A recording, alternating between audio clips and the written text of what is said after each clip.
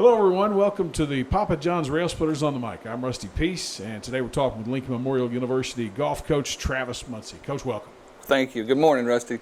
Good morning. Big time of year for you and your teams this weekend, or actually early next week. You've got the Women's South Atlantic Conference Championships. The following week, you got the Men's Championships, and it's going to be a very, very eventful time for you in terms of work and getting these teams ready to go.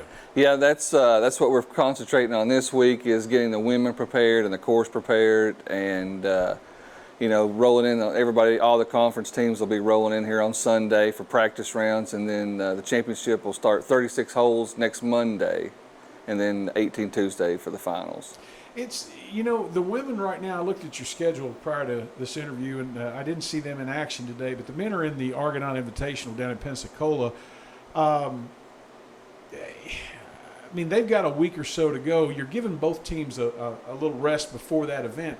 Is that by design, or was that just due to lack of events available? No, well, the men's tournament was a schedule change due to COVID. We had to pull out of the Georgia Southwest tournament due to COVID. So, this was an addition for the men.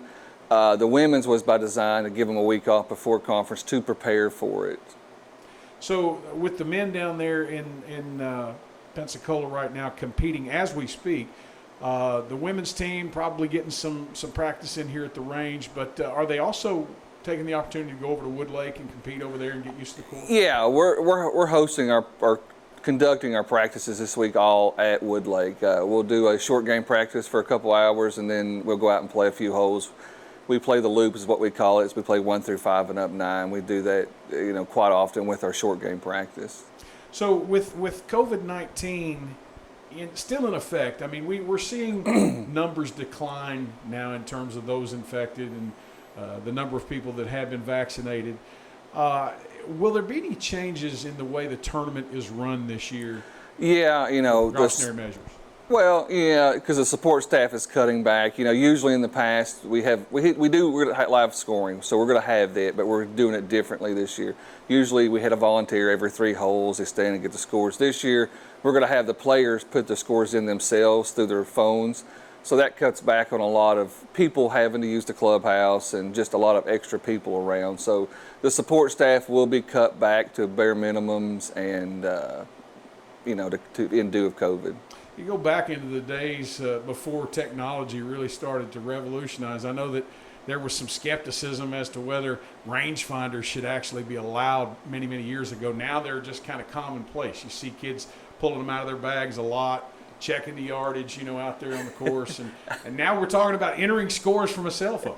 Yeah, I don't think some of these kids could play without a rangefinder nowadays or make it without their phones for an hour. But, the technology is great. It's going to be on Birdie Fire. And, after every hole, one person just puts all the scores in, which, makes it great for people at home watching. With me not being able to be with the men this week, I think I got carpal tunnel in my thumb from hitting the refresh button all day yesterday. So, I'm very proud of them. They played phenomenal. We've never played there before. And, we're ranked 4th in the country with the men, and West Florida's number 1, and we're going down to their home golf course. And, to be a couple shots on them was a great feat for the guys. So let's go back to the technology, and then I want to talk about both teams as they prepare for these tournaments. I know we're doing some live video streaming. There's still some details to work out in terms of what holes and to what extent. But this is obviously something that teams that are hosting events like this are beginning to do more and more of, especially at our level and in our size, on the Division II level. Yeah, we're going out today to test the capabilities of it, make sure we have the bandwidth and everything. Our goal is to 9 green and 10 tee is to be able to have some commentary there with people coming into 9 and 10 off on 10. So people could get a feel of people coming through, maybe get to see their kid or their nephew or their grandchild that they've not got to see in a while due to COVID, and so it's going to be a nice little touch for the conference. Now, will that be also done on the men's tournament as well? Yes. We plan on doing it on both the men's and women's tournament. All right. So for those of you who can't make the actual event and be part of the gallery, the walking gallery, I guess you could technically rent a golf cart to follow your. Yeah, we'll have spectators. Okay, so but you can also see it virtually, or at least part of it, through the LMU Athletics website and probably through SAC Live, the official digital network of the South Atlantic Conference. All right, so let's go to next week's event with the Women's SAC Championships. Obviously, a big field of teams coming in here throughout the league. Who do you see right now as some of the favorites to compete for that title? You know, having the home course advantage is always, is a big thing. But Limestone, they've played well all year. I think they're number 2 in the country, and they have played tremendous all year. But we're starting to gain momentum. We played great the last tournament. We've had another top 5 finish, for the ladies, and we're starting to peak at the right time. So I'm hoping we come out and we have a good weekend. We have a good week of practice, and it's our home course. We got to protect the house, so we got to go out there and give it our all. Talking about Limestone and the strength that they have coming into this conference tournament. In years past, a lot of folks have looked at the Sunshine Conference or some of those schools down there in the South as the power of Division II.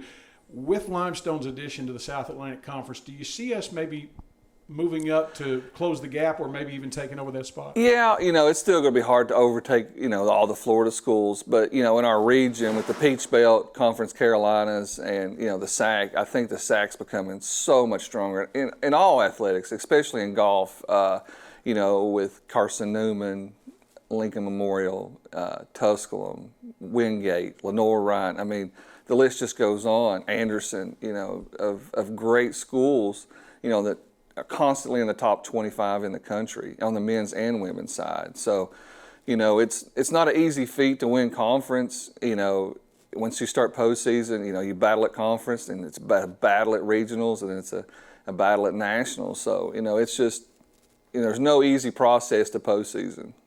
As of the time of this interview today, we don't know the final outcome of the Pensacola Invitational, or the Argonaut Invitational, rather, down in Pensacola. But we do know the Railsplitters are doing well.